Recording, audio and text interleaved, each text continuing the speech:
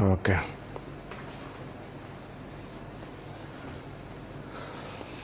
Ablala la. Allah sɔnna.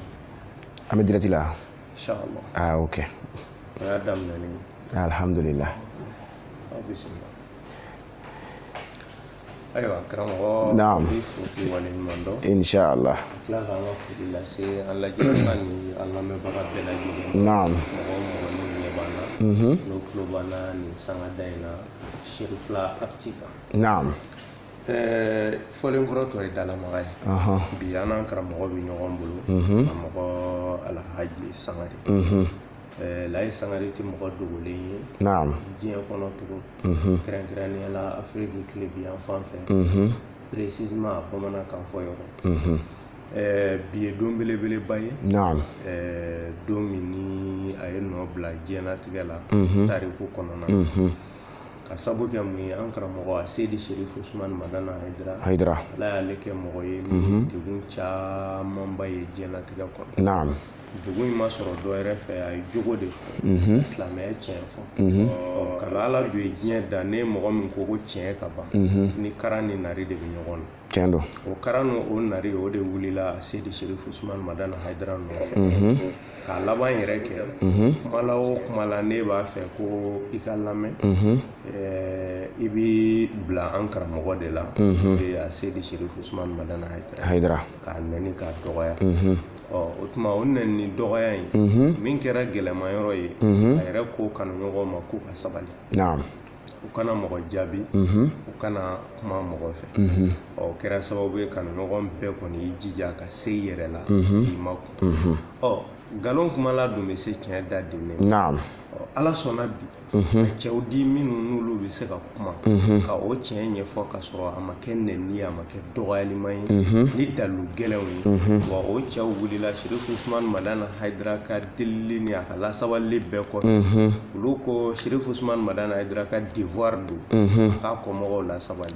Mais olu fana ka devoir de ye. K'a ka nkalon minnu bɛ ka da la k'o nkalonw bɔ a la. Ka tiɲɛ da kɛnɛ kan. Naam. Ala sɔnna Layi Sangare. E kɛra o cɛbaw dɔ ye. Naam. K'o baara belebeleba dɔ kɛ. Ka bɛn sini ɲɔgɔn donya dɔ ma. N'o ye sunkalo. A tile 25 ye. Naam. A kɛra Salu. Kɔngɔkaw fɛ yen. Naam. O tuma an bɛ se k'a fɔ bi ko an b'o san kunbɛn de la. N'o y'a anniversaire ye. O de kama an y'a kanu Sherifula Actu. Wuli ka se an balimakɛ ma Layi Sangare. Naam. Ka se k'a baro ko in yɛrɛ kan. Tasibila don.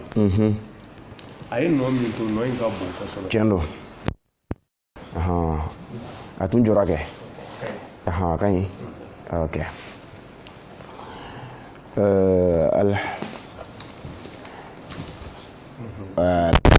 Alhamdulillah wa sallallahu ala sayyidina Muhammad wa ala alihi wa sahbihi ajma'in. An bɛ Ala tando ka Ala waleɲuman dɔn ka ɲini Ala fɛ Ala ka batow minɛ Ala ka duwawu jaabi Ala ka hamuw nɔgɔya Ala ka laɲiniw sabati ni kira hɔrɔma ye n'a somɔgɔw la hɔrɔma ye sɔli ala rasul. Alhamdulillah an karamɔgɔ Konate jɔnma dafa Yaya. Alhamdulillah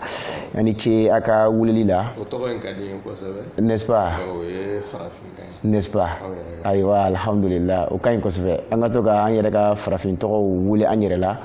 o nafa ka bon kosɛbɛ. Ne yɛrɛ denw bɛɛ bɛ ten tɔgɔ fila de b'u la. Voilà n ye arabu tɔgɔ ni ka lɔ o donna an ka ko la kosɛbɛ parce que tɔgɔma sira fɛ tuma caman fo ka o da mais n'i ye farafin tɔgɔ kelen fana la kan o b'a ja a ɲɛna. An b'Ala tanu kosɛbɛ ka Ala waleɲuman dɔn ka sɔli kɛ kira kan sallallahu alaihi wa sallam ka aw yɛrɛ fo an ni ce a ka weleli la aw min ye nin hakili ɲuman sɔrɔ ka fɔ ko Ala sɔnna sunkalo tɛmɛni o tile 25nan an ka baduru kɛla n'o ye ghazwatul badrul kubra ye i n'a fɔ alakira sallallahu alaihi wa sallam sunkalo tɛmɛni sunkalo dɔ la plutôt ale yɛrɛ ka gazuwa kɛla n'o ye hijira san 2nan ye. Ayiwa hali makan dayɛlɛ fana o fana kɛra ka bɛn sunkalo dɔ fana de ma. Voilà donc alhamdulillah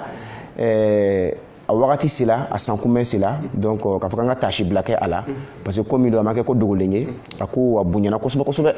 tiɲɛ yɛrɛ la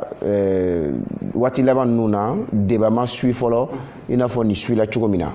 voilà et puis a kuma cayala a kɔfɛ kuma caman kɛla a kɔfɛ hali sɛbɛnni caman kɛla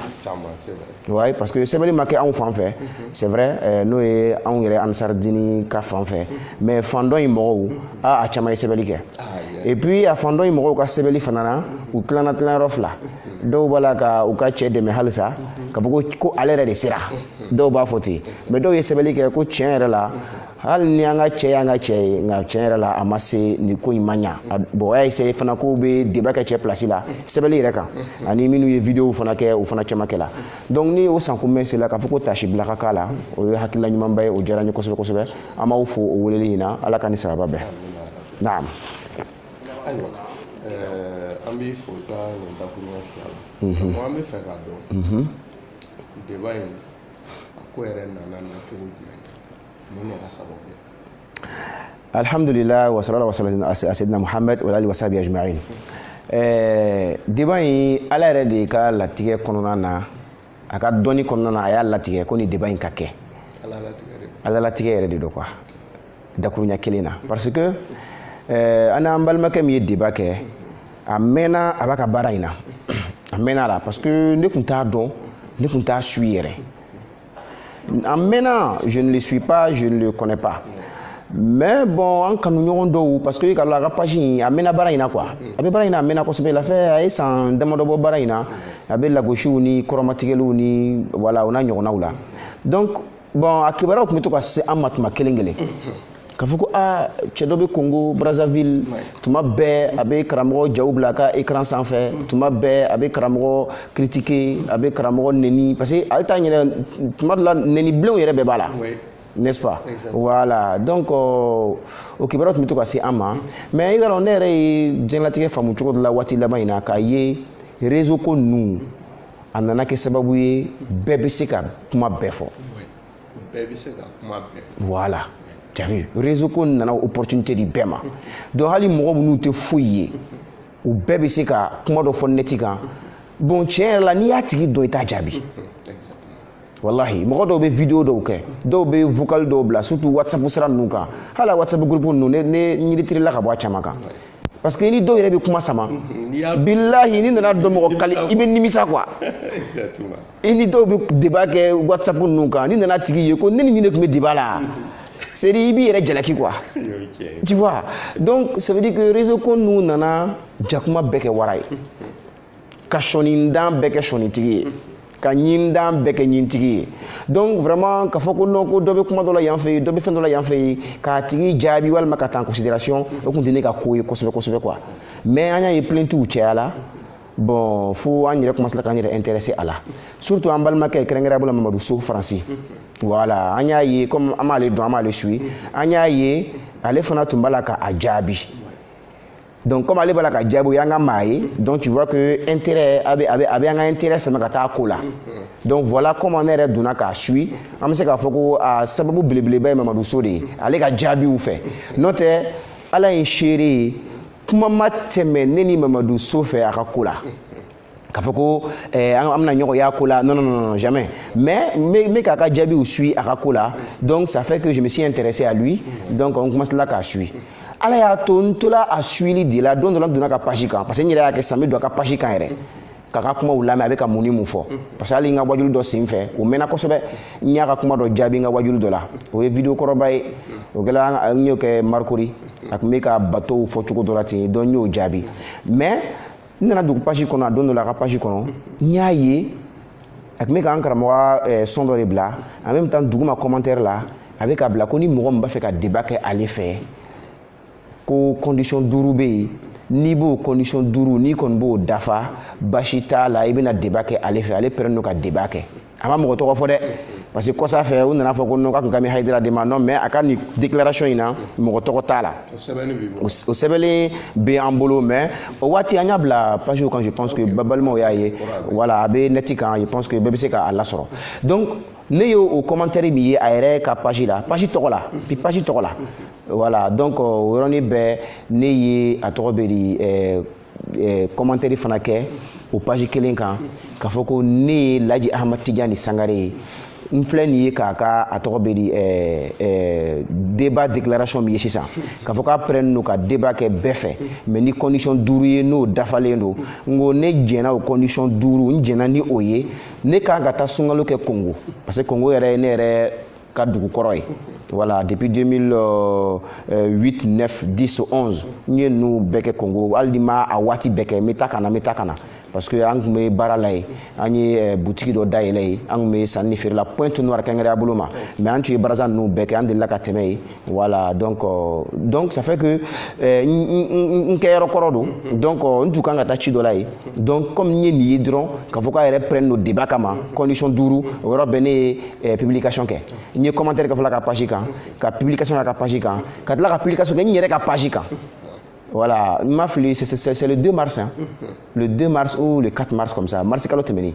Voilà, ni publication inke. Ni ablanga page kan, ka foko vraiment ne Laji Ahmad Tijani Sangare, ni Ansar Dini, ni Karamogo, ni Sebeli reke, ni nga kitabu do tokobla. Donc voilà, ntakato fle Congo inshallah sungalo nata. Ola ma nyini iye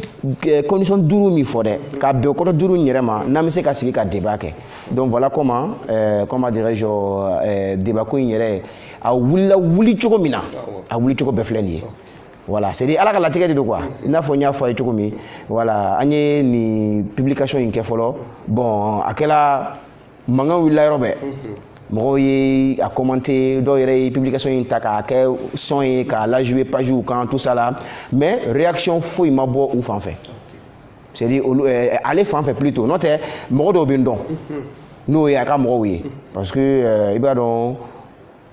bon kuma dɔw bɛ fɔ ka fɔ quoi wahabiya kunda an tɛ mɔgɔ dogolen ye wahabiyaw yɛrɛ b'an dɔn voilà parce que an n'u ka karamɔgɔ caman karila ɲɔgɔn na ka kɔni ɲɛ ne ye nin fɔ kabini n kun ma taa o. Ale ye mɔgɔ ye tiɲɛ yɛrɛ la a tun kafala ka yaada a kun jamana voilà et puis a kun bɛ kuma ni a tɔgɔ bɛ di n t'a dɔn n'an bɛ se ka fɔ ten sanmɛbaliya sugu dɔ min tun b'a to a bɛ lamɛn a bɛ mɔgɔw ɲɛ sama ka taa fan fɛ a bɛ mɔgɔw tolo sama ka taa fan fɛ et puis a ka dɔgɔyama kun bonyana kojugu o de y'a to ale yɛrɛ ka ko in kɛla ten fana ka a fiɲɛ bɔ ka barika bɔ a la ka tɔ to a fofo ye i y'a faamu n'o tɛ an ye débat kɛ ni mɔgɔw ye bayi a ko la ale bɛ minnu wele an karamɔgɔ olu y'ale karamɔgɔ de ye ale bɛ fugula bɔ minnu ye a bɛ samara bɔ minnu ye an ye débat kɛ olu fɛ bayi a ko la f'u ka bureau kɔnɔ ka déplacer ka t'u nɔfɛ fana han mais a karamɔgɔw don hali an ka débat bannen a ye o tigi yɛrɛ invité o tigi parce que an bɛ se k'ale tɔgɔ fɔ a docteur Abubakar Diallo bɛɛ bɛ nin dɔn an fɛ Côte d'Ivoire ye a bɛ Agnama a ka kalansoba bɛ yen arabuw kɛ bɛ ka wari labila a ye a ka bɔ hakili ma karamɔgɔba do yɔrɔ la ye wahabiya sira kan kɔni mais ne bɔra kalama cogo min a bɛ n'a fɔ Guinée no Zikura o ye wulibali ye Guinée bon o yɔrɔnin an bɛ sɔn ka ne kɔni y'a dɔn e ka nin kuma in ne y'a dɔn min fɛ i y'a dɔn anw ye Ngo kalandenw ye Ngo kalan sira fɛ o kuranɛ kalan min bɛ kɛ a y'o kuranɛ saboter waati dɔ la kosɛbɛ o kɛla n bolo kalama mɔgɔw wulila u tun b'a tɔgɔ sɛbɛn u yɛrɛ bɛ kuma caman fɔ ka ɲɛ c'est vrai ne y'a tɔgɔ mɛn ko fɔlɔ kɛ o de effectivement ani Ngo karamɔgɔw tira ɲɔgɔn na o yɔrɔnin na o kɔrɔ ye ka seli ni kuranɛ ye a tun ye Ngo kalan yɛrɛ haramuya ale Ngo kuranɛ yɛrɛ o kuranɛ an fa kan o gɛlɛyara ale ma hali ka taa se kuranɛ Ngo yɛrɛ kalanni a tun y'o haramuya parce que a kun dansagola quoi a kun dansagola kosɛbɛ fatala Ngo kalan yɛrɛ haramuya o jalo kelen in de don voilà n'o tɛ i ye min fɔ i b'a sɔrɔ a lasili Laginɛ a kɔni sigiman fɛ Côte d'Ivoire la o papier b'a bolo parce que hali kalanyɔrɔ la a tun bɛ wele ko Jabijan mais kalan bannen Jabi jamu bɔla la a kɛla Jalo ye donc Jabi Jalo bon o ye masala wɛrɛ ye ala ka disa an kana don ye kosɛbɛ donc o karamɔgɔ cɛ in ne taara bayi a débat kɛ o fɛ f'a ka bureau la k'a da to a la n b'o fana fɔ han an bɛ réseau kan je pense que Dian bɛɛ tulo b'an na en direct bɛɛ ɲɛ b'an na donc an b'o fɔ an t'a fɔ ni tamakiya ye quoi voilà parce que a kɛra de ala ka ni sayaba bɛɛ donc o o karamɔgɔkɛ in dɛ o y'an balimakɛ in karamɔgɔ ye hali ne bɔlen Congo a y'a invité o de sen fɛ a tagalen Congo a taara sinjitigɛ kan fɔ ye ko a tɔgɔ bɛ ni dɔgɔkɛ parce que a b'u ɲɛna ko ni dɔgɔkɛ ye wahabiya de ka sɔrɔ ni wahabiya cɛ ka jan ala ka ni sayaba bɛɛ donc ko ni dɔgɔkɛ ma ko ni ne nana Congo a kana sɔn ka ne reçoit a kana sɔn ne ka jigin hali a fɛ yen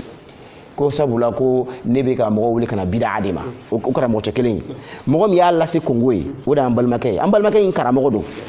ale yɛrɛ bɛ c'est dire que fugula bɔ min ye o y'o ye mais ne y'a datu o la kuma t'ale ma mais o ta i m'a ye bɔkɛlaw kalama kɔfɛ de parce que barika ni b'o nɔfɛ quoi voilà barika ni b'o nɔfɛ mais comme barika t'ale la ale y'i ta kɛ dɔgɔyama ni nɛnini ni lagosili ye o kosɔn ale ta kɛla nin kɛcogo in na quoi. N b'i ka kuma sɔnji la a kɛra video min nɔfɛ a kɛra video kalama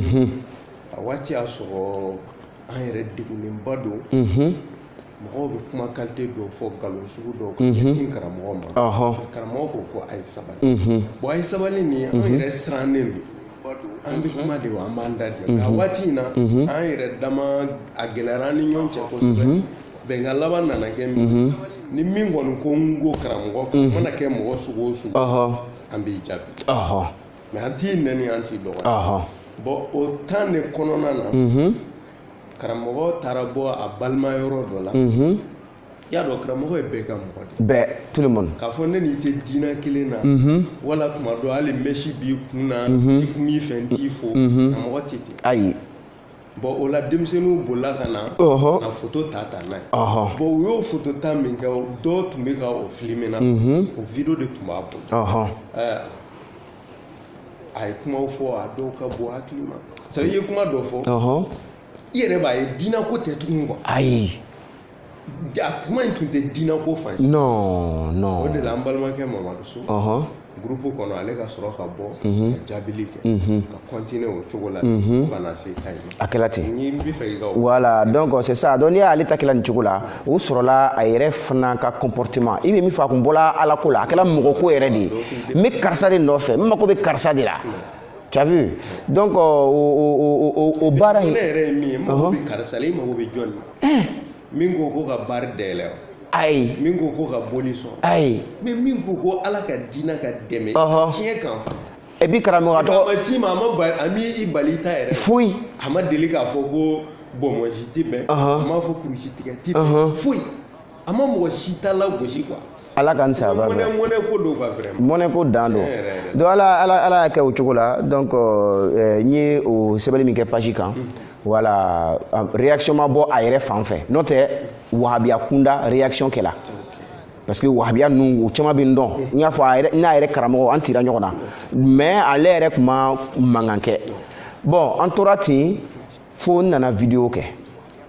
voilà n nana vidéo kɛ je pense que sɛbɛnni ni vidéo cɛ a bɛ semaine damadɔ kɔni bɔ n nana vidéo kɛ o la vidéo in kɔnɔ sisan n ye demande officielle kɛ ani demande officielle solennelle k'a fɔ ko ne ye nin ye ka vidéo kɛ ka bila page kan o tuma de la ko kɛla sɛbɛ yɛrɛ ye parce que sɛbɛnni in o tun ma jate kosɛbɛ quoi et puis n sɔrɔla ka n ka cidenw ci Congo parce que n ye vidéo kɛ n ma dan o ma n ye mɔgɔw bila Congo a ye taa nɔfɛ ka taa n ka ci fɔ a ye et puis a ye taa ni sama dɔ ye n ka kitabu n ye min sɛbɛn Shubuhat o ye kitabu ye an ye min sɛbɛn karamɔgɔ dɔ bi yan bi a bɛ Bamakɔ sinon a kun sigin bɛ Sikaso de ale fana tun y'i bila karamɔgɔ la hali bi a bɛ karamɔgɔ la parce que hali bi sunkalo in na a bɛ ka vidéo dɔw kɛ i b'a ka kumaw ye i ɲɛ b'a la a ta fana tɛ ala ko ye n'o tɛ i ka faamu fɔ lɛɛlaw défend parce que a yɛrɛ bɛ k'i yɛrɛ kɛ lɛɛlaw défendant de ye ko lɛɛlaw fo k'o de défend lɛɛlaw de b'a bɛɛ ɲɛ lɛɛlaw de b'a bɛɛ sanfɛ mais o fɔ kɛ jɔn y'i balo fɔli la o sɛbɛkɔrɔ fɔ et puis mɔgɔw wele ka na o kana layɛlɛ o kana lɛɛlaw minɛ i bolo n'est-ce pas mɔgɔ min bali o la mais kabako don quoi ko mais ko dɔw de b'a la ka kunfunw ɲagami ko ni dan b'i ta la na kɛ dɔw de b'a la ka kunfunw su ka bila mɔgɔw la u yɛrɛ to kuma nka u bɛ kunfunw de su ka bila mɔgɔw la a don tɛ a bɔ ten ko ni k'i bɛ kuma ko mɔgɔ b'a fɔ ko non ko fitina ko tɛ yen fo ka ca de fɔ nkalon taara sanfɛ mais nin bɛɛ kɛ kun i mako bɛ mɔgɔ dɔ de la n'est-ce pas an ka bɔ mɔgɔw kɔ an ye bila ala kɔ quoi o karamɔgɔkɛ in bɛ n dɔn kojugu hali débat in kɔfɛ a ye min kɛ débat in commenter la a bɛ taa heure 1 na a ye min kɛ a bɛ ka débat in commenter a bɛ taa heure 1 na. O tuma o b'a yira k'a fɔ laji a ma daminɛ débat ko in na. A ma daminɛ débat ko in na dɛ. Débat ko in n y'a fɔ cogo min cɛ ka ala labila ala ye labila min d'a kan ani ala tun b'a fɛ ka a jasili min kɛ parce que i b'a dɔn cɛ in a tun ye tɔgɔba sɔrɔ hali wahab c'est à dire anw fan fɛ tɛ parce que anw fan fɛ kanuɲɔgɔnw ni mɔgɔ minnu bɛ karamɔgɔ fɛ ani mɔgɔ min tun bɛ karamɔgɔ la cɛ in tɛ foyi ye i b'a ye dɔrɔn i b'a dɔn ko nin ye hasidi ɛgirilen dɔrɔn de ye a banna mais a yɛrɛ ka mɔgɔw u tun kɛn bɛ k'a bila sanfɛ. Parce que a bɛ kuma ni assurance min ye u tun kɛn bɛ k'a bila yɔrɔ jan kojugu k'a sɔrɔ a ma se yen mais olu tun t'o kalama quoi ala tun b'a fɛ o de ka da kɛnɛ kan parce que o ɲɛ b'a la a bɛ kuma c'est vrai cɛfarin don mais ala y'a kɛ débat in nana kɛ min kɛ u yɛrɛ nana ye ko an ka cɛ kumakɛla don nka kalankɛla tɛ dɔnni t'a la parce que a tun b'olu yɛrɛ kɔnɔ débat in yɛrɛ bayako tun bɛna ban débat in na parce que o yɛrɛ tun kɛn bɛ k'ale bila niveau min na mais n ko u ka karamɔgɔba dɔ y'a fɔ. Ko vraiment ko an ye kalan kɛ ko karamɔgɔ dɔ docteur n kɔni tɛna ale tɔgɔ fɔ mais doctorat de b'a bolo docteur ale kalanna Magan jamana kan de ale ko cɛ la ko cɛ ye min kɛ nin ye k'a ma ɲa quoi ko cɛ binna ko mais ko sunna ma bin dɛ ko a binna nka sunna ma bin ko mais ko an ye ta kalan kɛ ko sunna tɛ i bɛna dirikibani don dɔrɔn ka fugula bila i kunna k'i bonsini bila k'a sɔrɔ i ma kalan i tɛ fɛn dɔn a y'a fɔ ten nin cogo la. I yɛrɛ y'o lamɛn dɛ bon tu vois donc ça veut dire que ala tun ye nin de laɲini quoi pour que n'o tɛ u bɛ n dɔn kosɛbɛ dɛ u bɛ n dɔn et puis n y'a fɔ cogo min cɛkɔrɔba in ale yɛrɛ fana ye commentaire min kɛ débat in kan a commentaire comment dirais-je a ye heure 1 ɲɔgɔn kɛ commentaire in na a bɛ ka débat in commenter dɔrɔn a ma ɲɛ o ma a tilala ka sɛbɛnni kɛ tuguni parce que mɔgɔ min sɛbɛnni ka nɔgɔ a ma a tilala ka sɛbɛnni kɛ débat in kan k'a sɔrɔ depuis 2014-2015 ne ye kitabu sɛbɛn cɛkɔrɔba in ka kitabu dɔ jaabi la parce que ale ma dan karamɔgɔ critiqueli ma i n'a fɔ a b'a la ka kɛ cogo min bi hali n'a t'a tɔgɔ fɔ mais i b'a dɔn a kan bɛ karamɔgɔ de ma kɔrɔmatigɛlikanw na hali bi a b'o la a m'o dabila dɛ voilà parce que an ɲɛ b'a la an bɛ ka su an bɛɛ bɛ neti kan voilà mais comme ale ka ko banna quoi ale bɛ firifiri de la bon i ka dɔn an tɛ se ka n y'o de fɔ kuma daminɛ na Facebook in walima réseau nana kɛ tout le monde peut parler donc tout le monde a le droit de parler donc faut parler min ka di y'a fɔ voilà donc an tɛ jigin o la quoi n'o tɛ comme dire kitabu dɔ in depuis 2014-15 an y'o kitabu sɛbɛn parce que a tun bɛ i n'a fɔ a bɛ lagosi min na hali sisan a bɛ kɔrɔmatigɛli min na a tun b'o la depuis o wagati a ma dan kuma ma fɔ a ye sɛbɛnni kɛ donc sɛbɛnni in na tuma caman a tun b'a disi gosi n'o de ye a tun b'a disi gosi n'o de ye ale tun b'a miiri seconde kɔnɔ ko mɔgɔ bɛ sɔrɔ ansar la ka daminɛ sanfɛ fo dugu ma min bɛ se ka sɛbɛnni kɛ c'est à dire karamɔgɔ yɛrɛ o kɔni ko tɛ o kuma tɛ a kɔfɛ mɔgɔ ma. hali don min n'an taara Sikaso 2014 ni ne y'a fɔ arajo so la n ko bon i ko sɛbɛnni de ye dɔnni ye ko bɛɛ bɛ se kuma na o kɛra Sikaso de 2014 ne de taara Sikaso ne ani an karamɔgɔ Bunaɲang ala ka hinɛ a la Kongo ta tɛ n ka voyage fɔlɔ ye dɛ ka wuli ka taa mɔgɔ nɔfɛ non alhamdulilah o kɔni ala y'o nɔgɔya an ma ala y'o nɔgɔya an ma famiko ɲuman ala k'o d'a ma donc je disais comment dire Sikaso an taalen min kɛ n y'a fɔ radio la don min Sikaso n ko parce que a ko le ko sɛbɛnni de ye dɔnni ye ko sɛbɛnni k'o de ye dɔnni ye ko sinon ko kumakan in tɛ ko bɛɛ bɛ se kuma ko mɛ bɛɛ tɛ sɛbɛn k'ale ye sɛbɛnni kɛ ko kitabu fila bɛɛ ko an k'o jaabi ko kitabu fila in ko o c'est à dire a tun bɛ k'i disi gosi n'o ye quoi donc ne ko a ma i ka kitabu min n'i y'a sɛbɛn kɛrɛnkɛrɛnya bolo ma an karamɔgɔ la n ko ne kitabu in ne bɛna jaabi n bɛna jaabi mot par mot c'est à dire que a dakurunya kelen o kelen n b'a bɛɛ jaabi mais n y'o fɔli min kɛ a ye kalandenw bila ka taa arajoso wɛrɛ la parce que an ka arajoso min bɛ Sikaso n y'a kuma fɔ yen de a ye kalandenw bila ka taa arajoso wɛrɛ la ka taa anw jaabi mais an jaabitɔ kalandenw sinsinna yɔrɔ dɔ kan o yɔrɔ ye jumɛn ye o ko wala ko min bɔra Ivoire ko Laji Sangare ko min k'a bɛna an karamɔgɔ jaabi a ka kitabu la ko an b'a ɲini a fɛ a ka kitabu in sɛbɛn joona a ka na n'a ye parce que o kun dan t'a la non k'a fɔ k'a bɛna sɛbɛn yɛrɛ parce que o don de n y'a décision ta c'est à dire o kun b'a da la fiyewu c'est à dire o fɛ kuma kolo kuma fu de don quoi n y'a fɔ dɔrɔn ka n yɛrɛ vanter ko n bɛna kɛ mais ja donc u sinsinna yɔrɔ in kan donc ne y'o kitabu jaabi shubuhat diɲɛ bɛɛ bolo kitabu kalama diɲɛ bɛɛ kitabu in bɔra karamɔgɔ ma se ka ɔhɔ fɔ n ko a m'a fɔ kitabu in a ma se ka n ko fɔ kitabu in na mais débat in kɔfɛ a ye kitabu sɛbɛn débat in kan K'a sɔrɔ depuis 2014 15 kitabu sɛbɛnna e yɛrɛ ka kitabu kan k'o jaabi kɛla dɔrɔn a ye dɔ bɔ o kan k'a bɛ débat in fana commenter mais i b'a dɔn a ye min kɛ a ye kuma min kɛ débat in kan a n'a ye sɛbɛnni min kɛ débat in kan sɛbɛnni ni kuma in bɛɛ la a tɛ n tɔgɔ fɔ a da la n ko nin ɲɛna voilà an fana m'a tɔgɔ fɔ ala ka di saya b'a fɛ donc vraiment a kɛla ten de a ta in comme a tun bɔra ala ko la donc ala y'a latigɛ a kɛ nin cogo la n'o tɛ an mɛnna min na quoi an mɛnna ni karamɔgɔw bɛ sigi minnu kalanbaa ye minnu b'a kalan san 100 u b'a kalan a karamɔgɔw a yɛrɛ bɛ minnu wele ko n'a karamɔgɔw ye an y'a da t'olu la kuma kɔni tun tɛ ale ma ayiwa karamɔgɔ Laji Sangare naam lajɛbaga ni lamɛnbaga an b'aw ladɔnniya k'a fɔ an ka kɛnɛ bonyana ni an karamɔgɔ belebeleba fana ye yanni an bɛ tɛmɛ ni debat n'o ye karamɔgɔ Alhaji a tɔgɔ ye di Ustazu Alasan Sangare. naam a bɛ ɲini ka kɛ Sangare jamana o la dɛ fulaw fɔ a kana a ka dalilu fɔ an ye Hayidara ko la de bon n'o tɛ a ko comme nin fana numu ye kɛlɛ tigɛ min kɛ donc an bɛ ka kɛ fulako ni numuko ye quoi ayiwa baasi tɛ o tuma an b'a fɔ an karamɔgɔ fana ma ko a bisimila ni ala sɔnna an bɛ tila ka kuma di a fana inshallah karamɔgɔ Sangare naam an y'a ye i taalen débat in na kumaw cayara an yɛrɛ tun sigara n ko a fɔ nin débat in na kɛ bilen taga seginw cayara ko conseil n'a jurumu kɛra bɛɛ la wa an nana ye fana aw bɔlen kɔ débat in na an karamɔgɔ Sherif Usman Madani Hayidara a ko débat ko a y'a jɔ fo jusqu'à nouvel ordre naam o kɔrɔ hali ni min ma ɲɛ k'i bɛna débat ko kɛ fo a ka jateminɛ fɔlɔ bon o ni gɛlɛya min donna aw ka fɛngɛ la débat ko la est-ce que lien b'u ni ɲɔgɔn cɛ an tun b'a fɛ k'o dɔn alhamdulillah wa sallallahu ala sayyidina Muhammad ɲininkali in diyara n ye kosɛbɛ c'est vrai débat in tumana min na a ko sigila n y'a demandi kɛ n y'a fɔ cogo min n ye mɔgɔw ci ka taga ni n ka kitabu ye shubuhat ka t'o d'a ma depuis o yɔrɔ la a tun ka tɛ débat kɛ depuis o yɔrɔ la depuis n ka cidenw selen a ma n ye vidéo fɔlɔ min kɛ k'a fɔ ko n bɛna taa Congo n bɛ fɛ ka débat k'a fɛ n ko n bɛna cidenw ci ka taga cidenw selen a fɛ yen u taara nɔfɛ u fɔn'a kɔ siɲɛ damadɔ ala y'a kɛ u y'a ka numérow ta numérow sɔrɔlen ni u taara kitabu d'a ma o ye débat kuma fɔ a ye a ko débat tɛ yen a ma sɔn débat ma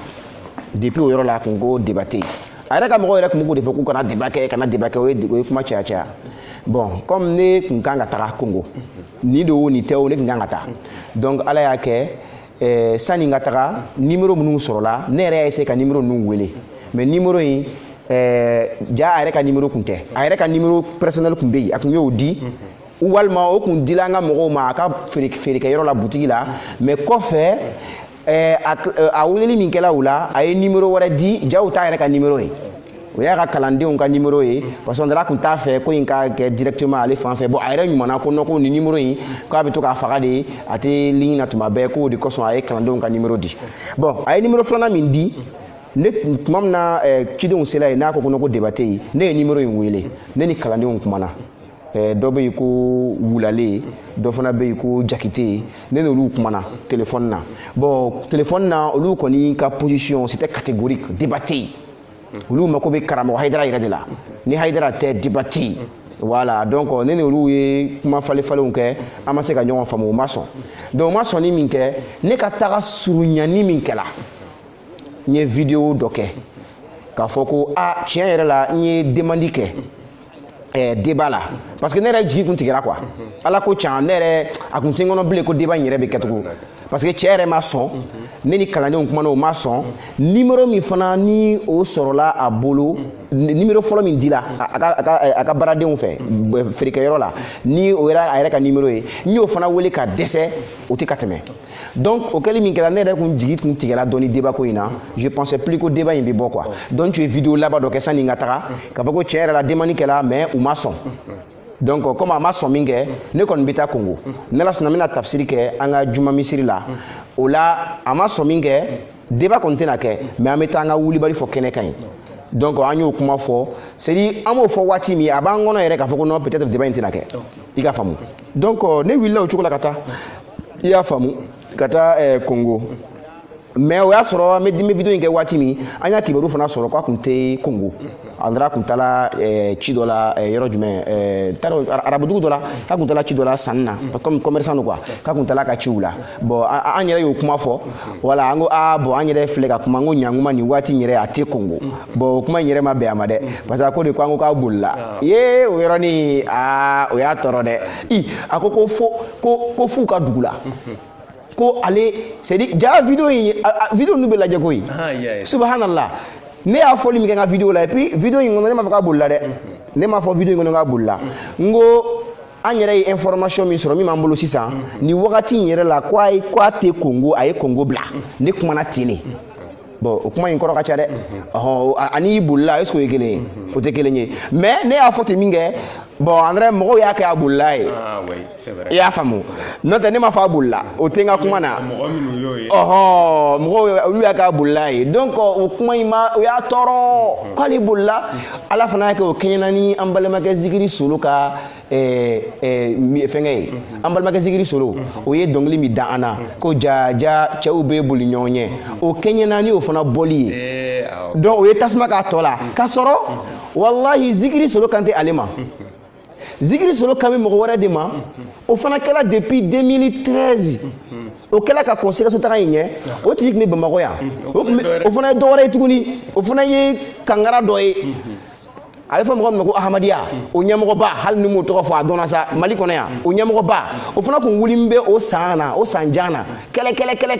ko comment dirais-je karamɔgɔ ko fɔli ni karamɔgɔ ka débat kɛ bayako la k'i bɛ se ka fɔ i ka tɔn donkan don nka silamɛya donkan don k'o ye nkalon ye donc ale fana tun bɛ o mankanci la Bamakɔ yan donc ne fana déplace la ka bɔ Abidjan ka na ale nɔfɛ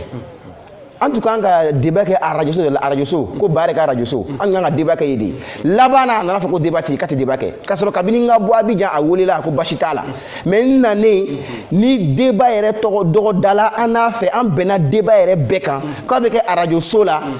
a ma sɔn ka na a ko débat tɛ yen o don de Zikiri Solo ye dɔnkili in da ko jaja cɛw bɛ boli ɲɔgɔn ɲɛ donc dɔnkili in yɛrɛ dako fɔlɔ kɛla Zikiri Solo fɛ o de sen fɛ dɔnkili in dala ka da o kɔrɔ de kan mais a tun ma don studio la a tun y'a kɛ dɔnkili ye ten a y'a da ten fɔlɔ et puis hali a ka kalandenw tun bɛ to k'a da an na an ka wajulikɛyɔrɔw ni fɛnw na bon le fait que an ko vidéo la an ko information min yɛrɛ b'an bolo sisan a b'i n'a fɔ cɛ yɛrɛ a ye Congo bila a tɛ Congo Zikiri Solo fana ka dɔnkili in fana bɔla ka bɛn o ma donc ale y'o kɛ ale yɛrɛ ye siɲɛ kelen ko an ko ale bolila o y'a tɔɔrɔ dɛ la ilaha illallah Muhammadur Rasul o fana bɛ mɔgɔ tɔɔrɔ dɛ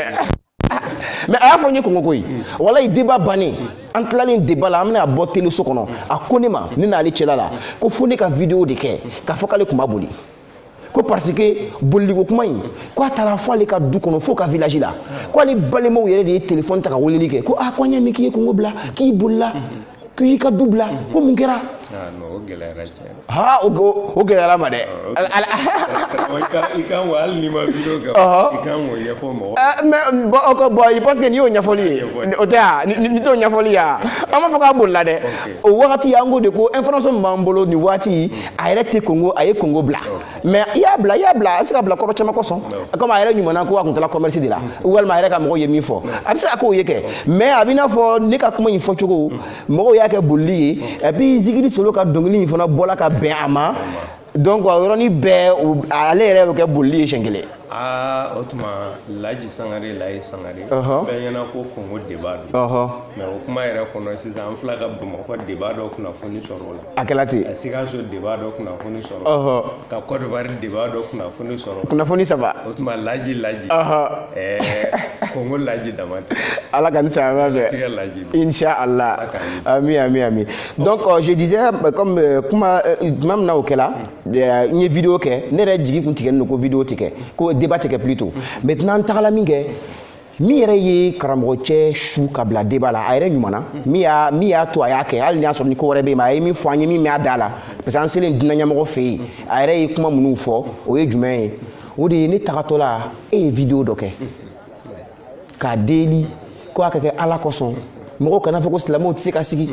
i y'o vidéo min kɛ o joué la kan dɛ o joué la kan tiɲɛ yɛrɛ la ani Mamadu So fana ye vidéo dɔ kɛ n tagatɔ direct la k'a su k'a ka bɔ ka débat kɛ a don ta bɔ ten donc ni vidéo fila in en vrai o yɛrɛ vidéo ni y'a si a ɲɛna vidéo ni y'a si a ɲɛna donc débat kɛli sababu a dɔ ye e ka vidéo ye ani Mamadu So ka o vidéo in a dɔ ye o ye i y'o yɔrɔ min fɔ a waati la kunna kosɛbɛ sabi diɲɛlatigɛ la adamadenw tɛ se ka bila sira kelen mais il faut que mɔgɔw ka kuma quoi fo mɔgɔw ka se ka kuma tiɲɛ don silamɛya wo diɲɛlatigɛ politiki o fɛn o fɛn f'a ka sigi a ka kuma dalu di ɲɔgɔn ma peut-être a tɛna ɲɔgɔn faamu effectivement mais faamubaliya dɔw bɛ yen olu bi bɔ a la effectivement tɔ bɛ kɛ ne tɛ sɔn e ta ma e tɛ sɔn ne ta ma a banna dan fɛn dɔ ma effectivement mais fɛn dɔw bɛ bɔ yen effectivement a nafa ka bon adamadenw ala y'an dan k'an bɛɛ de kɛ kelen tiɲɛ don o de kama a waati an fana degunna an bɛ video in kɛ tuma an tun bɛ ka kuma min fɔ a tuma an dusukun na Allahu akbar silamɛw ka se ka kuma Allahu akbar ka se ka kumaw falen falen fo ka sɔrɔ a la c'est ça don ni bi cɛ ne b'a jigin a ye fɛn caman dilan a ye fɛn caman dilan faamubaliya caman bɛ yen a y'o bɔ yen ba de b'o la a ye faamubaliya bɔ yen hali karamɔgɔkɛ yɛrɛ la kunu walima kuna sini n ye video dɔ bila n ka page kan a ka non n ye video in bila kunu de ni ma fili mais kuna sini de a y'a kuma fɔ a yɛrɛ ka tafsiri kɛnɛ kan a yɛrɛ b'a la k'a fɔ a kɛtɔla ka ala ka hakɛ ani mɔgɔw ka hakɛ a bɛ ka kuma o kan ka essayer k'a bɛ ɲɛfɔli kɛ o la jumɛn ka gɛlɛ wala jumɛn bɛ jumɛn ɲɛ a tola o fɔli la a ko misali bolo ma k'a bɛna misali fitinin di ko Magan nana don min ko Magan nana don min ko muso minnu nana k'u bɛn'u ka minnu ye limaniya sɔrɔ k'u bɛn'u ka limaniya bange a y'a fɔ ten fɔlɔ ka sɔrɔ k'a fɔ tuguni k'u bɛn'u ka limaniya yakubaya walima k'a sabati mais i b'a dɔn mɔgɔ ninnu faamuya sɔrɔla dɛ débat in kɛla sababu ye ka faamuyaba de sɔrɔ n sɔnna walima n banna o ye ko wɛrɛ ye mais faamuya wallahi o sɔrɔla parce que an ka ɲininkali dɔ bɛ ɲɛfɛ o bɛna na se nafa jumɛn sɔrɔla débat la o don an k'o to yen wala o la an bɛ segin an ka bonda an ka segin an ka bonda ma liɲɛ jumɛn bɛ karamɔgɔ ka kuma ale ni gɛlɛya minnu sɔrɔla ba voilà donc on dirait n bɛ gɛlɛya ninnu wagati de la n bɛ ka gɛlɛya ninnu de fɔ gɛlɛya ninnu kɔnɔna na tumana min na an ye a tɔgɔ bɛ di m'a fɔ cogo bɛ di an sela n y'a fɔ cogo min e ka vidéo ni ale so ka vidéo o de ye joué la cɛ kan kosɛbɛ a yɛrɛ ka kuma na donc an sela ye min kɛ yɛrɛ dadigi kɛra o la dadigi n'est-ce pas an ka waati sera dɛ an ma se mais dadigi kɛra ok dan ma teliya parce que an yɛrɛ fana bɛ bɔ yan dɔrɔn an bɛ taa fo téléso la voilà an bɛ taa téléso direct fana b'an kɔnɔ an bɛ Facebook direct la téléso direct fana bɛ k'an kɔnɔ ye kɔrɔ wula in na minnu bɛ TV sirifila sɔrɔ Layi Sangare bɛ kɛ yen nɔ Layi Sangare bɛ kɛ yen et puis surprise ba b'o u ye en direct téléso la bi télé suntigɛ surprise ba b'a la Layi Amadu Sangare bɛ yen o tɛ surprise ye bilen n filɛ k'o fɔ sisan page la mais en même temps surprise fana bɛ yen n'est-ce pas an k'o to surprise la bɛɛ k'i sɔgɔ Sirifila TV la bi suntigɛ an filɛ en temps réel an bɛ ka kuma bi dimanche suntigɛ bɛɛ ka Sirifila TV filɛ surprise bɛ Sirifila TV mɔgɔw bolo ka kɛ a lajɛbagaw ye faamuko ɲuman Ala k'o d'a ma ok donc n bɛ kuma teliya comme wagati ko bɛ yen sisan tumana min na a tɔgɔ bɛ di an sela ye n taara fo fɔlɔ fo a ka so parce que ala y'a kɛ a fana segila ka don Congo ne yɛrɛ ɲɛ a kun taara ci min na a segila a kɔnna ka segin ne yɛrɛ ɲɛ ka bɔ ka ci kɛyɔrɔ la donc ne taara foli la so kɔnɔ an taara fɔ a kɔ an ye foli to yen a y'a ka misirimɔgɔw bila ka na n fo maa yɛrɛ ma na bon u ko ko kɔfɛ k'a yɛrɛ bɛ na nka an m'a ye bilen donc an tora an ka tafsiri la o cogo la donc o kɔrɔ ye ko débat tɛ yen parce que hali bi a ma sɔn a m'a fɔ ko awɔ n bɛ débat kɛ donc an tora o tafsiriw de la an bɛ daliliw di an bɛ kunnafoniw di an bɛ wajuliw kɛ donc ala y'a kɛ don dɔ la a ka mɔgɔw nana ni a ka ci ye ko non k'u b'a fɛ débat in ka kɛ ko débat in ka kɛ bon o y'a sɔrɔ on dirait olu yɛrɛ tun ye disposition bɛɛ ta ka ban a bɛ kɛ téléso min na o y'a télé yɔrɔ wari sara a bɛ kɛ kɛcogo minnu na ne ni mɔgɔ joli bɛ taga k'olu y'a fɔ yen nɔ ko conseil ɲɛmɔgɔw ɲɛnɛ c'est à dire o y'a ko bɛɛ kɛ ka ban pewu ka na anw kunnafoni dɔrɔn de débat bɛ kɛ nin don in n'an ka taa débat kɛ ne ko non k'a ma ɲa an karamɔgɔ ye bɔli min kɛ Congo yan o san a ye gɛlɛya min sɔrɔ an bɛɛ bolo kalama dɛ i b'o kalama kɛ karamɔgɔ delila ka taa Congo Brazzaville n ko polisiw nana nɔfɛ fo so kɔnɔ de a don a kɛla mankanba de ye Congo Sherifu Usmani Madani Hayidara yɛrɛ et puis ne bɛ Congo dɔn n ka jamana kɔrɔ don n y'a fɔ cogo min depuis 2008 9 10 11 ninnu ne y'o furancɛ ninnu bɛɛ kɛ o yɔrɔ ninnu na n bɛ feere la yen donc n b'a jamana dɔn n b'a jamana sigi cogo dɔn n'i faratila cogo dɔ la a faamala ko ninnu faratiba de b'a la farati belebeleba walahi Igaye donc tuma na o kunana o fo an ko bon bara nya nanga nyini kuye ni ma ka chuko ni manya kana abella ben kana chuan kanti o tsika ke o janfa ba ko janfa ta ko ranto kalama et puis ala yake abina fo janfa kun ba ko nyanguma janfa kumbi parce que ma foti ni réservé nyanguma. Pourquoi je dis ça? Parce que dinanyamo ba ale na bo o conseil nyamo ba Congo ale na bo ko ingalama watimi akole ko me ko débat interdit do Congo yanko anto kalama wa bon chukudi o conseil nyamo ba bo fo ka soro aw ko ani o conseil benala ku jina kanga débat ke ja oni o dangande ku benala nyamo ba ere ta kalama ko intumina ke ale nyinama bon ni ko wada tumbora la mun me kasi ça ne de dunaye ne de nana donc Géléa ale ta kalama kele et puis débat era interdit do territoire kan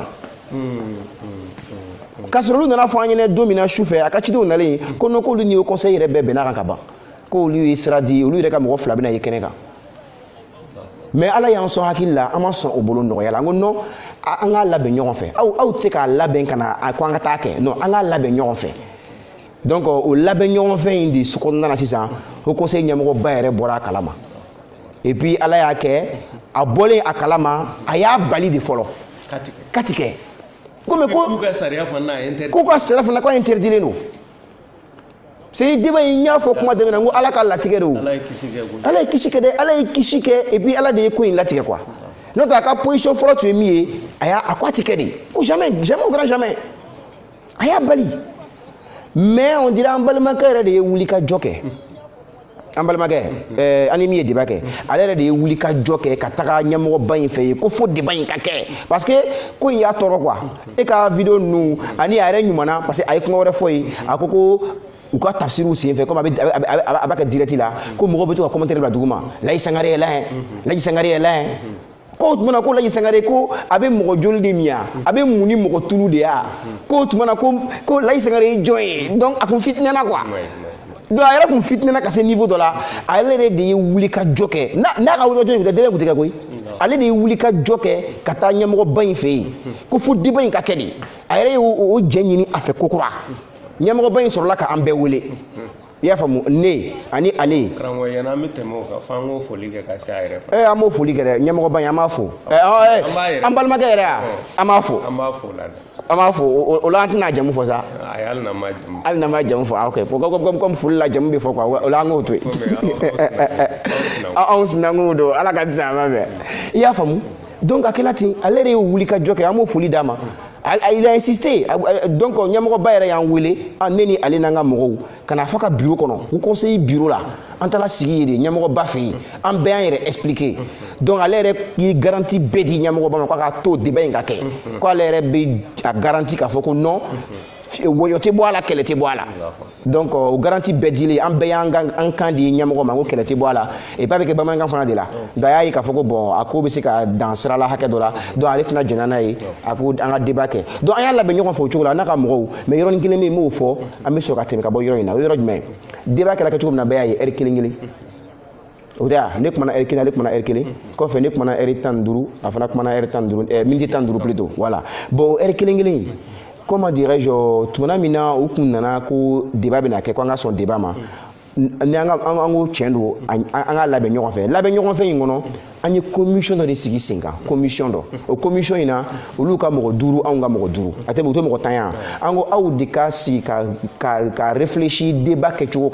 ka hakili jaga boke débat ke chuko ni aye débat ke chuko jonjon soro ula abe nanaye kan fla bebe jenai uluka débat ke chuko ina débat ko ma ke erkelengelew akme hundu walma tan duru en tout cas ebe kuma hake dola abe tigani be kuma c'est dire kuma fale ro chama quoi mais même na bengelo kan ale ka fola ko ni mo tan ye min fo bebe wajibi ka baraka no ye u tagale ayu blakana u kana somé ko fo ale a fo chugo mi ka be ke o chugo de la c'est dire ne be kuma erkele o ko fa ale be kuma erkele ko fa ne be kuma mindi tan duru ale be kuma mindi tan duru iga famu no ko donc ko ni hôtel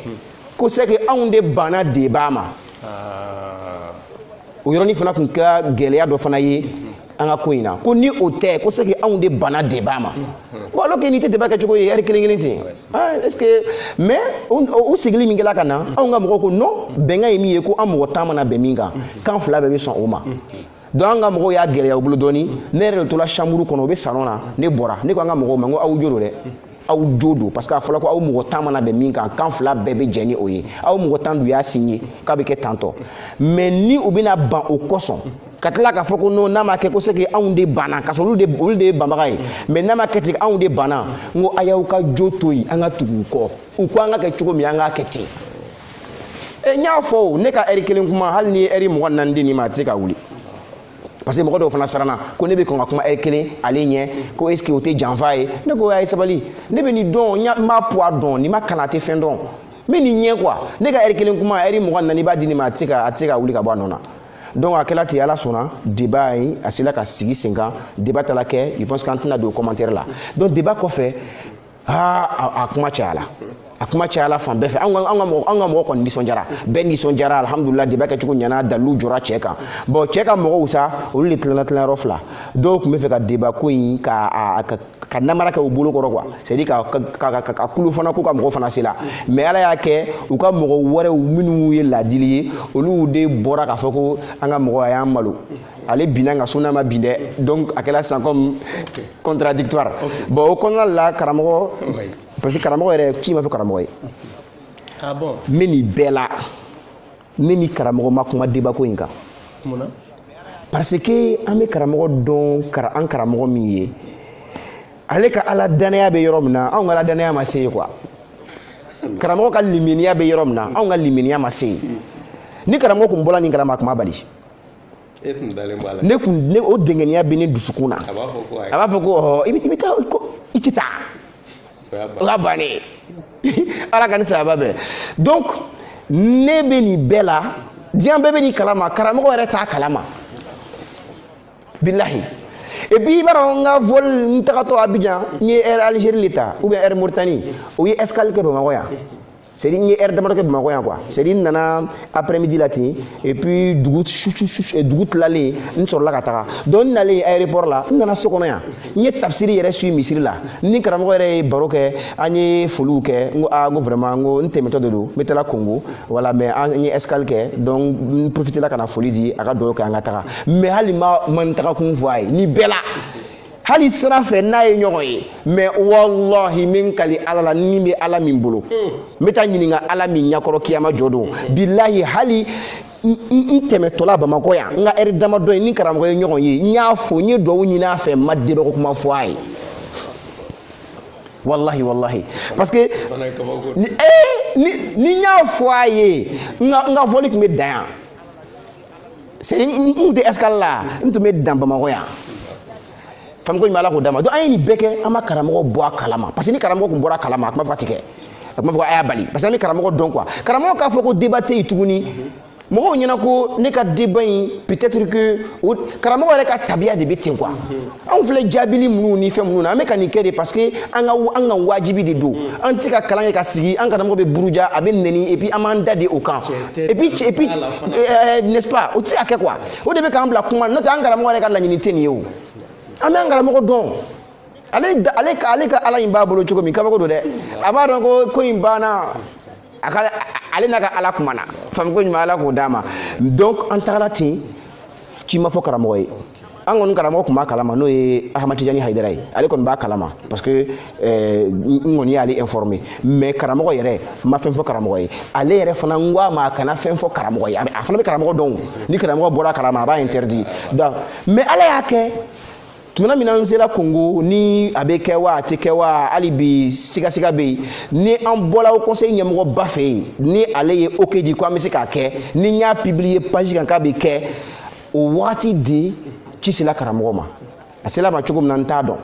mais on dirait ci sera karamɔgɔ ma à la veille a bɛ i n'a fɔ sini de ye débat ye dɔrɔn su in na ci sera karamɔgɔ ma ko débat bɛ na kɛ a sera ma cogo min yɛrɛ n t'a dɔn mais o yɛrɛ ma bɛn ne ma dɛ. I b'a dɔn min kɛra an karamɔgɔ ye jatigɛ sugu danni kan n'o ye Ahmad Tijani Haidara ye a jatigɛ bonyana dɛ a ye ne wele c'est à dire que dugutila ma fɛ i n'a fɔ sɔgɔma c'est ni dugu jɛra débat bɛ kɛ dugu tila ma fɛ vers les 3h 4h du matin a ye n wele téléphone na a ko Laji n ko an karamɔgɔ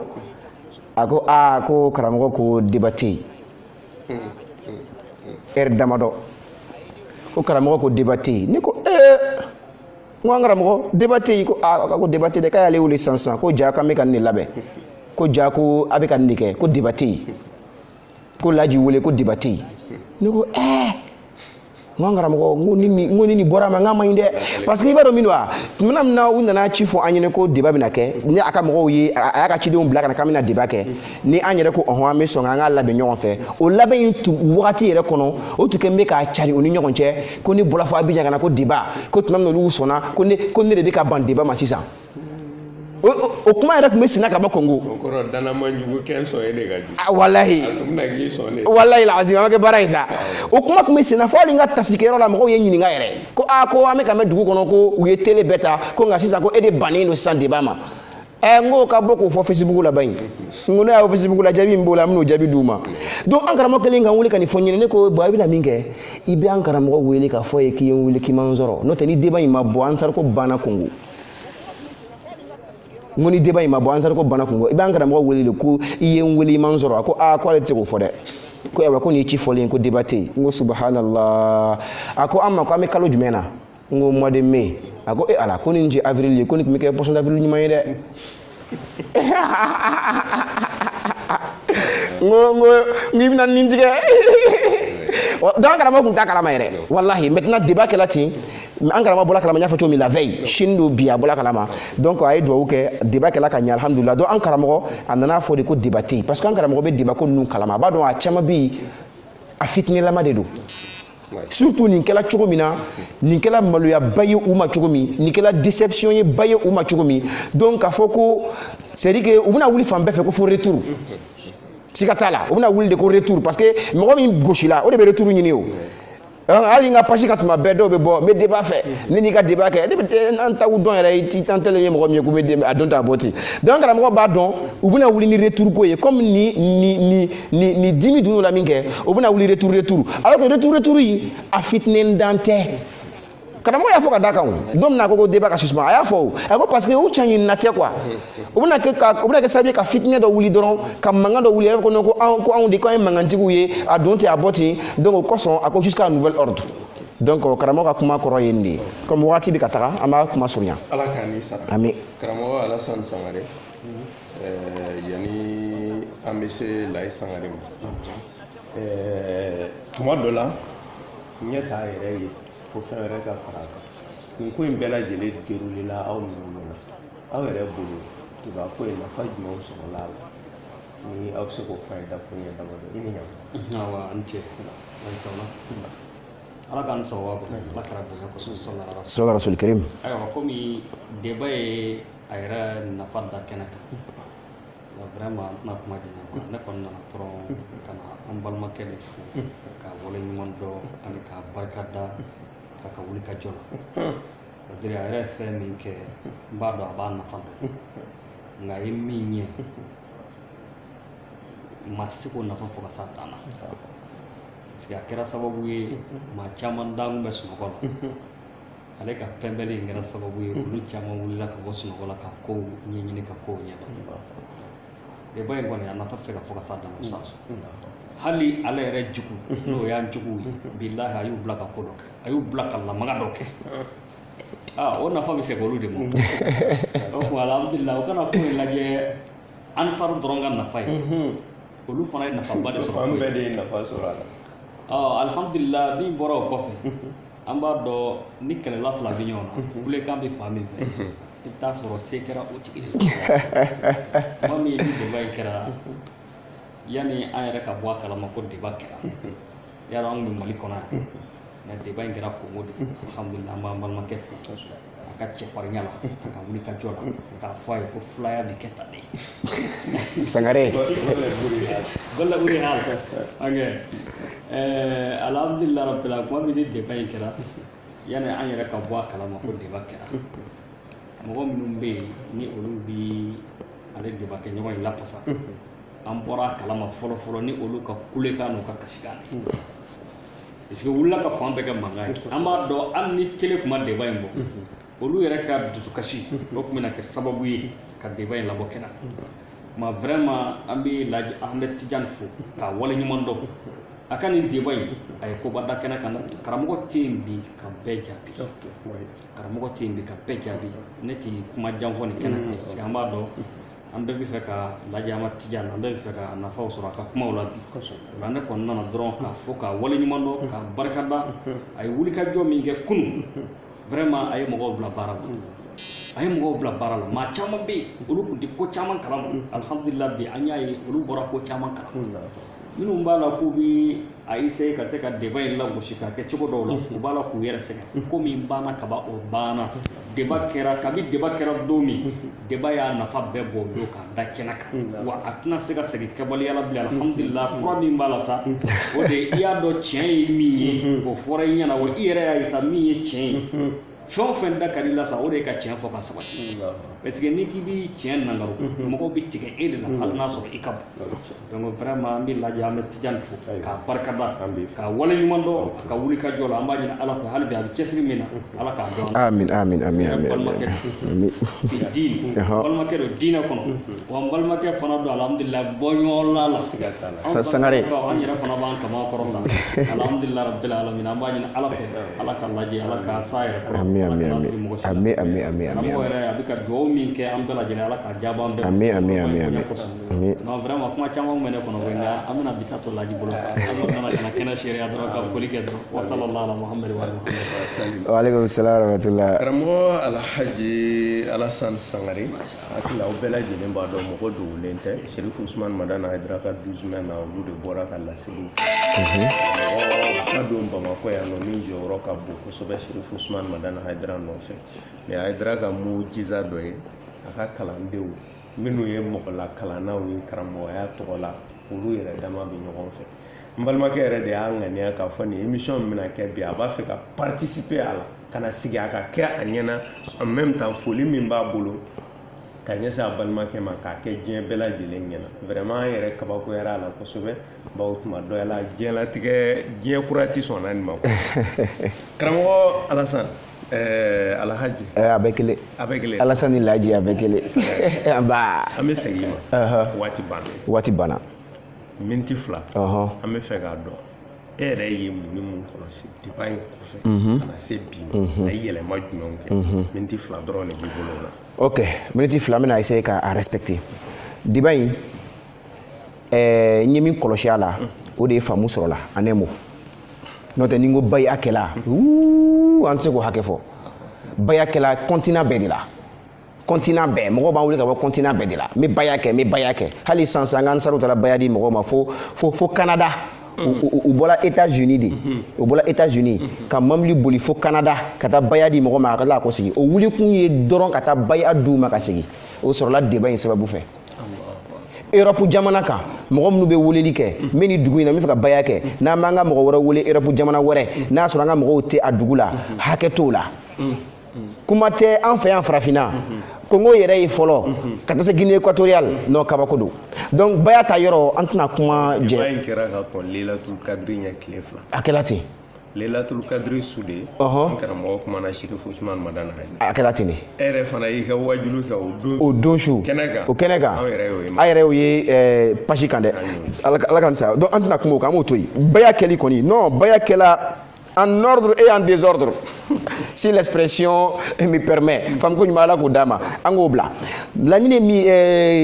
min nafa wɛrɛ min yela tuguni o de ye faamu sɔrɔla hali n balimakɛ yɛrɛ fɛ n tun b'o kuma de la n'i ko an ka fɛnkɛ ten o faamu sɔrɔla cogo di n y'a fɔ ɲɛnɛ kun na sini juma an kɔrɔ yan n y'a video bila n ka page kan Laji Ahmed Tidiane Sangare o page video b'o sanfɛ a b'a la ka Ala ka hakɛ ni jɔnw ka hakɛ a tun b'a la ka o de ɲɛfɔ quoi donc a ko misali bolo ma k'a bɛna misali fitinin dɔ di ko Maga minɛna don min ko Maga musow ko u ye limaniya sɔrɔ u ye ko in jateminɛ ko kabi ko in daminɛna cogo min kana se a filɛ niveau min na bi ko siga t'a la nin ye tiɲɛ de ye donc u bɛn'u ka limaniya da kɛnɛ kan u b'u ka limaniya bɔ a y'a fɔ cogo dɔ la ko k'a yakubaya walima k'a sɛmɛntiya mais a ma ɲa Ala y'a labila parce que mɔgɔ ninnu i b'a dɔn min na u ye faamu caman sɔrɔ ko in na o ye faamu caman sɔrɔ ko in na donc tuma dɔ la n'o bɛ ka kuma wɛrɛ fɔ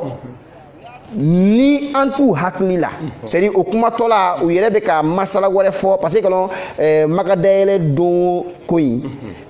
kiti caman dulonni b'a la donc n'u bɛ ka kiti wɛrɛ de fɔ n'u bɛna dalilu ta a la k'a sɔrɔ an t'u hakili la i b'a ye u bɛ tiɲɛ fɔ u yɛrɛ ma u tɛ bɔ a kalama mais n'an b'u hakili la de u tɛ sɔn u b'a bɛɛ nangari mais n'an t'u hakili la dɔrɔn i b'a ye ala b'u bila ka tiɲɛ fɔ donc yɔrɔ nin na a ko di a ko muso ninnu nalen k'u bɛna dun silamɛya la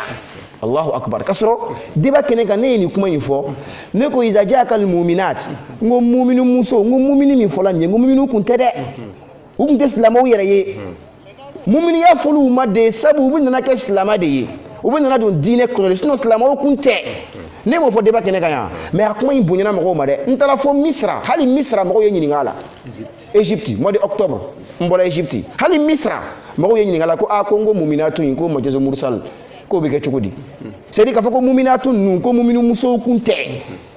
silamɛw yɛrɛ kun tɛ u kun bɛ nana tuubi de o de kosɔn u welela muminatu a bonyana mɔgɔ caman hakili ma dɛ an ka cɛkɔrɔba in yɛrɛ an ye min kɔrɔ an tɛmɛtɔla ale yɛrɛ mɛnna nin yɔrɔ in kan dɛ ko ala ko muminatu e ko kafiratu ko ala ko muminatu e ko kafiratu a ma nɔgɔya a ma koyi ala ka nin sahaba bɛɛ mais kunna sini juma an balimakɛ bɛ la k'a fɔ ka tafsir la k'u bɛ nana don silamɛya la de Allahu akbar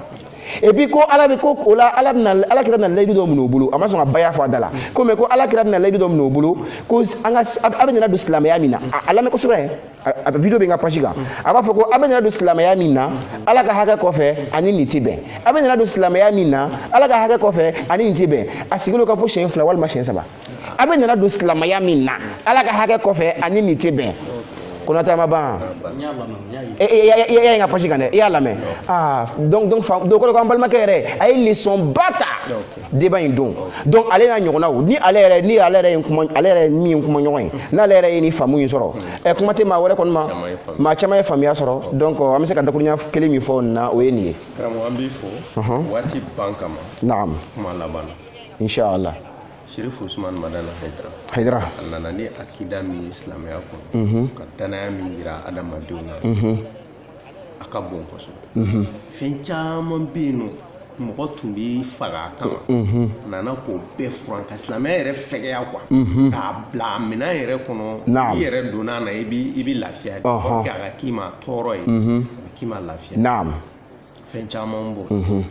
bon ala ye diɲɛ don o don da mɔgɔw lafiyalen tɛ tiɲɛ don don o don i na mɔgɔ kura kuma kan u na nkalon d'a la k'a lagosi sur tous les plans fɛn bɛɛ la n'a kɔni kumana gaba ko Haidara i na dɔ kuma kan tiɲɛ don e ka nin débat ye e bɛ fɛ sa a ka walanda jumɛn di anw ma ani mɔgɔ bɛɛ ma mɔgɔ o mɔgɔ ye Haidara ka kuntilenna n'a ka laɲini fɔ ni kuma kɛra Haidara kan wala nkalonda la réaction kan ka kɛ jumɛn alhamdulillah rabbi ni kuma in c'est très important comme kuma laban fana don n bɛ min fɔ ansaru bɛɛ ɲɛnɛ ani ka min fɔ karamɔgɔ kanubaga bɛɛ ɲɛnɛ parce que karamɔgɔ kanubaga o fana ka ca hali ka tɛmɛ ansaruw kan n'est-ce pas donc n bɛ min fɔ bɛɛ ɲɛnɛ karamɔgɔ a y'a ka baara kɛ a banna lagosilikɛlaw o tɛ ban sɔsɔlikɛlaw o tɛ ban nɛnikɛlaw o tɛ ban mais ansaruw an bɛ min fɔ an ye dɔw ye a ka sabali n bɛ ɲɛsin caméra ma n bɛ kuma ansaru minnu bɛ ka an lajɛ a ye sabali a ka sabali minɛ bɛɛ tɛ jaabi bɛɛ dala tɛ minɛ bɛɛ ti jaabi bɛɛ dala tɛ minɛ ayiwa ni jaabi ma ɲa kɛ kɔ jaabi kɛbagaw bɛ yen dalaminɛ kɛbagaw fana bɛ yen est-ce que kuma bɛ ka faamu bɛɛ ti jaabi bɛɛ ti dalaminɛ o ye kelen ye ayiwa bɛɛ fana tɛ jaabikɛla ye bɛɛ tɛ dalaminɛkɛla fana ye an bɛ nin fɔ ansaruw ɲɛna u ka nin faamu kosɛbɛ an bɛɛ bɛ réseau kan ko ninnu si tɛ ka k'an ɲinɛ ma n'an m'an kɔfilɛ min na o kɔrɔ de ye ko kɔfilɛ man ka kɛ o la a k'o to yen ko k'an ka filɛ min na o kɛbagaw bɛ yen an bɛ n'o kɛ a faamuna an bɛ nin fɔ ansaruw ɲɛna bɛɛ ka nin faamu a kana jaabili kɛ ansaruw a kana jaabili kɛ a kana comment dirais-je k'a fɔ k'a bɛ dalaminɛli kɛ o kɛbagaw bɛ yen ala sɔnna karamɔgɔ y'a fɔ a ka anniversaire wajuli la o don kɛ ou bien ni ma fili a ko a bɛ ala fo ko ala ye ŋanaw d'a ma ŋanaw b'a bolo an karamɔgɔ sigilen filɛ alhaj alhasan sangare n yɛrɛ balimakɛ fi dini wa nasab ale ye ŋana ye ŋana belebeleba wallahi wallahi a ye baara kɛ bamakɔ yan a ma dogo mɔgɔ si la ala ka ni sayaba bɛɛ ani a n'a ɲɔgɔnnaw n tɛna n yɛrɛ tɔgɔ fɔ famuko ɲuman ala k'o d'a ma donc jaabi kɛbagaw bɛ yen daminɛli kɛbagaw bɛ yen an b'an balakɛ fɔ mamadu so faransi voilà donc ansaru aw k'a lafiya ko in ti ban koyi mais bɛɛ ti jaabi bɛɛ fana tɛ jaabi kɛbaga ye a banna ayiwa i sangare nba an b'i fo k'i waleɲuman dɔn alhamdulillah an bɛ kuma da an karamɔgɔ ma folikan laban min b'a la yɛrɛ fɛ a k'olu kɛ an mago b'i fana ka duwawu la laban na an bɛ sunkalo la inshallah n b'a dɔn n'i y'a fɔ ala ye a bi sɔn ala k'o kɛ an bɛna ko b'an caman ba la n'u bɛ ka lamɛnni kɛ ale ni minnu ɲɛ bɛ an na an bɛ tila ka si inshallah karamɔgɔ kuma laban jumɛn ayiwa kuma laban min kɔni bɛ ne bolo ne nisɔn ka di kosɛbɛ vraiment nisɔn ka di fo k'a fɔ ko nisɔn ka di n balimakɛ a sera ka doni ta ka bɔ an bɛɛ lajɛlen vraiment o ye nisɔndiya ye min tɛ se ka fɔ ka s'a dan na an b'a dɔn Laji taara fitinin dɔrɔn de yira Kɔngokaw la parce que dɔnni min b'ale la non vraiment n'a ko ka ni waati dira a ma k'a k'a développer ka kuma kosɛbɛ heure kelen ko t'o ye quoi c'est à dire an bɛ fɛ ka min fɔ dɔrɔn jaabibagaw ye n'a kumana u k'a ka kumaw sɛgɛsɛgɛ fɔlɔ yanni u ka kuma yanni u bɛ maloya parce que an bɛ Laji dɔn kabini kunun fɔ bi olu ye Laji dɔn bi de mais ne yɛrɛ ye Laji dɔn o ni bi cɛ a mɛnna k'a sɔrɔ n m'a y'a farikolo la mais n y'a dɔn n'a ka baara de a ka laseli kɛcogo ɲuman ani a yɛrɛ sera k'i to si hakɛ min na ka se ka kitabuw sɛbɛn ka dalilu jɔ vraiment ne ye Laji dɔn o ye ka san caman kɛ ala b'a seereya k'a sɔrɔ ɲɛ m'a ye o tuma bi ni e nana ye ayiwa ka sin k'a dɔn a ye dɔrɔn ko nin ye Laji ti k'i k'a kan n'i ma farati i bɛ nimisa tuma cɛw bɛ Hayidara bolo wallahi cɛw bɛ Hayidara bolo Laji y'an wasa fo ka fɔ k'a y'an wasa a sara bɛ ala de bolo an b'a deli ala fɛ dɔrɔn ala k'a wasa ka tila ka dugawu kɛ yɛrɛ fana ye min fana bɛ cɛsiri la ka kunnafoniw cɛ vraiment i b'i seko bɛɛ la bi an bɛ dugawu kɛ i ni ɲɔgɔnnaw bɛɛ ala ka n'aw bɛɛ lajɛlen dɛmɛ kalo in timɛ ala k'a jira an bɛɛ lajɛlen ala ko k'an ye ala kira bonya sɔli ala rasulillah. ayiwa yanni Laji bɛ dugawu kɛ an ye an bɛ foli kɛrɛnkɛrɛnnen lase an lajɛbaga bɛɛ ma effectivement mɛ k'i tɔgɔ ye ko Gɔngɔn i tɔrɔn fila bɛ dugu ma o ye tiɲɛ ye anw tɔrɔn ye an lamɛnbagaw n'an lajɛbagaw n'u bɛ video ninnu partager ka aimer ka laban ka télécharger ka audio bila whatsapp groupe kan radio so minnu b'a ta ka laban ka jouer u ka radio la ka ye radio Saha b'o la Sikaso radio Tata kan b'o la Mopti radio Bani b'o la radio Dakan b'o la Nɔnɔ Firi radio Citoyen D b'o la Kankaba Kɔbadani na radio La Voix des Citoyens b'o la Bamakɔ yan Allahu akbar naam se Tata Kama Sikaso nin bɛɛ lajɛlen bɛ audio ninnu télécharger en même temps ka laban ka diviser o lamɛnbagaw ye walasa k'u bɔ kunnafoniw kalama an b'u bɛɛ lajɛlen fo page o page bɛ net ka Sherifu Usumani Madani Hayidara ka kunnafoni laseli la bɛɛ b'a kɛ ala de kama kabakoba de bɛ Hayidara ko la Allahu akbar i b'a dɔn jɛkulu dɔw bɛ yen nɔ olu bɛ denmisɛnninw sara de caman caman u bɛ pagew créer u tɔgɔ la k'a labaara u b'u sara bi wari don a la mais a ka haramuya Sherifu Usumani Madani Hayidara page o page b'a tɔgɔ la wala Sherifula tɔgɔ la a kelen tɛ yen nɔ ko ansari bɛ dɔrɔmɛ 5 bɔ ka di minnu ma ko a ye nin kɛ Allahu akbar bɛɛ de b'a kɛlɛ i yɛrɛ kan Allahu akbar bon o la Sherifula actu Sherifu Baburama Hayidara naam ale n'a ka jama a bɛ foli kɛrɛnkɛrɛnlen lase u ma naam ale n'u dɛmɛbagaw bɛɛ lajɛlen a groupe mɔgɔ bɛɛ an b'u bɛɛ lajɛlen fo o tɛmɛnen kɔfɛ an b'a yira aw la dɔrɔn k'a fɔ ni ala sɔnna wasa dɔrɔn de bɛ nin émission ninnu sigi kun ye an ka diinako la an ka se k'an ta n'an bila don Sherifu Usumani Madani Hayidara ye min laɲini ni diɲɛ ye o bɛ kɔfɛ nin si tɛ Allahu a akbar mago b'a la an ka balo lafiya kɔnɔ Ameriki ma balo o kɔnɔ a tɛ se ka balo o kɔnɔ diɲɛ yɛrɛ ma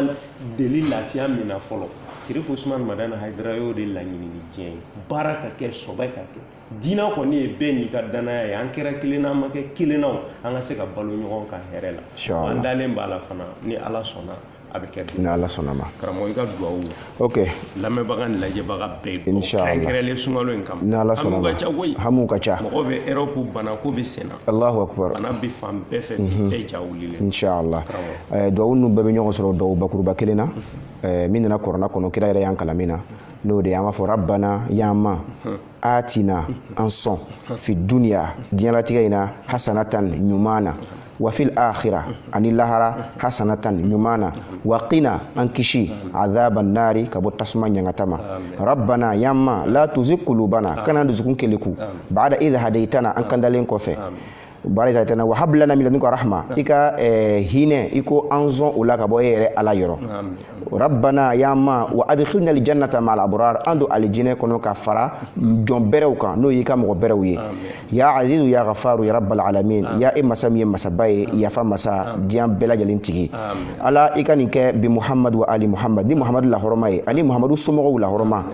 allahumma salli ala muhammad wa ali muhammad ala sallika muhammadu kani muhammadu sumo subhana rabbika rabbil izzati amma yasifun wa salamun al mursalin walhamdulillahi rabbil alamin. A foli bɛɛ lajɛlen laban ani ka émission datugu ni an karamɔgɔ de foli a Seydou Siriki Usumani Madani Hayidara a n'a ka denbaya bɛɛ lajɛlen ka bɔ dencɛw la fo ka taa se denmusow ma ka fɔ Siriki Usumani Madani